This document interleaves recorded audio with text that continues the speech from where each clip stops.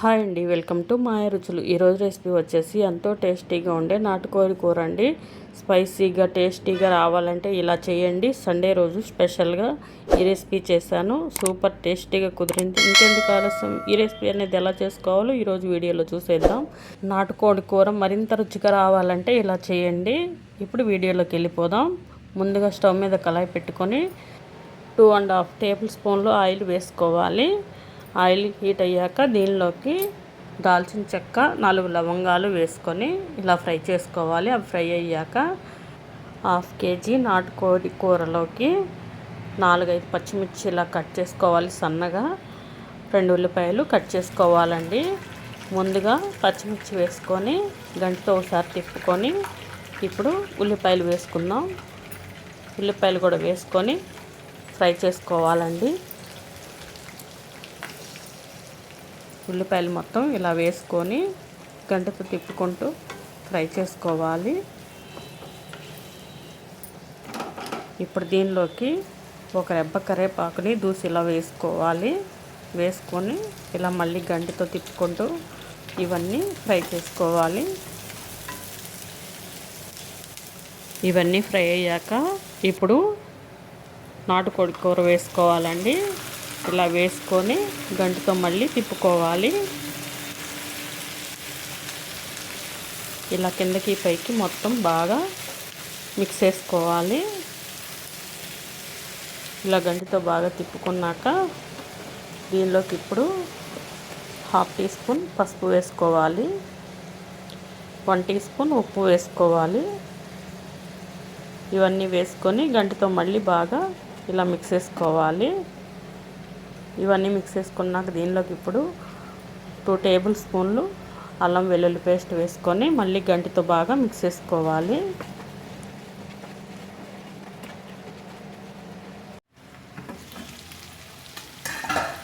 అల్లం వెల్లుల్లి పేస్ట్ బాగా ఫ్రై అవ్వనివ్వాలి. పచ్చివాసన పోయేంత వరకు బాగా ఫ్రై చేసుకోవాలండి. ఇలా గంటతో బాగా మిక్స్ చేసుకుంటూ ఫ్రై చేసుకోవాలి.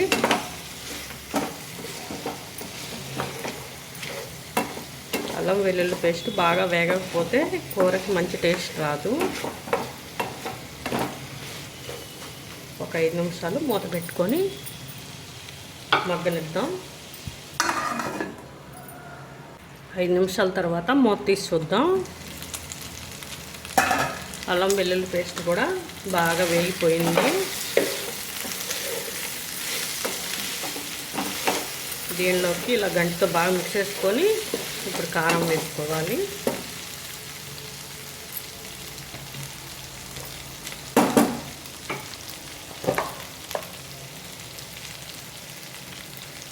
కారం బాగా ఘాటుగా ఉందండి, అందుకని స్పూన్ అన్నర వేస్తున్నాను కారం.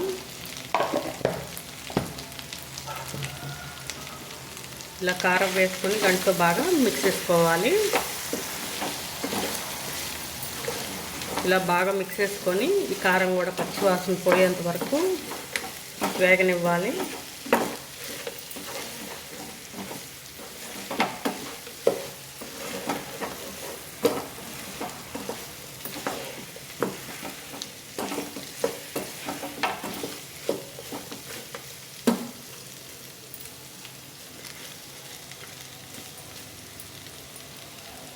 నాటుకోడి కూర ఇలా స్పైసీగా సూపర్ టేస్ట్తో రావాలంటే ఇలా చేయండి. చాలా బాగుంటుంది. రైస్లోకైనా రాగి సంగట్లోకైనా చాలా బాగుంటుందండి. ఇప్పుడు మూత పెట్టుకొని ఒక 5 నిమిషాలు కారాన్ని కూడా వేగనిద్దాం. కారం ఎక్కువ ఘాటు లేకపోతే 2 స్పూన్లు అయినా వేసుకోండి. ఈ చికెన్లోకి కారం ఎక్కువ వేసుకోవాలి, ఎక్కువ పడుతుంది. కూర అనేది ఘాటుగా లేకపోతే అంత టేస్ట్ ఉండదండి.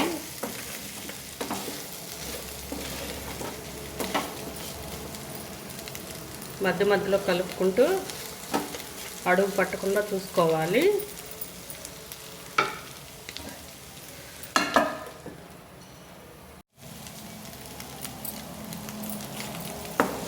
ఇప్పుడు కారం కూడా వేగిపోయిందండి. వాటర్ పోసేసుకున్నాం.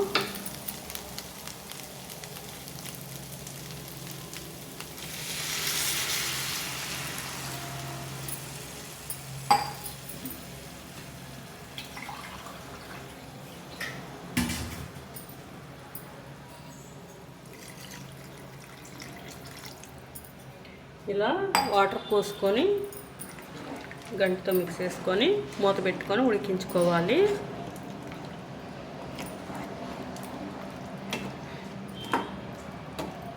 ఇలా కలుపుకున్నాక దీనిలోకి కొబ్బరి గసాలు గ్రైండ్ చేసుకున్నానండి, ఆ పేస్ట్ కూడా వేసుకొని ఉడికించుకోవాలి.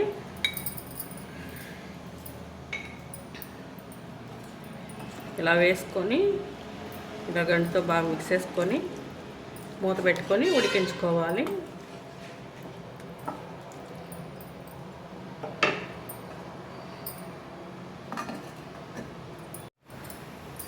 ఉప్పు ఇందాక 1 టీ స్పూన్ వేసుకున్నాను, మరో టీ స్పూన్ వేసుకుంటున్నాను.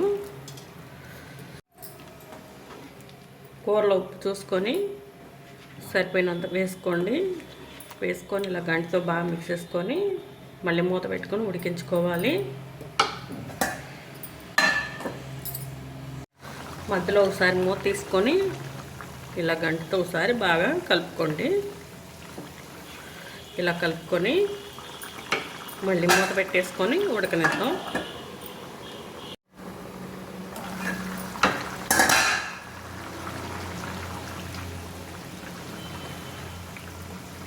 మీడియం ఫ్లేమ్లో పెట్టుకొని ఉడికించుకోండి. కూర అనేది చక్కగా ఉడికిపోతుంది.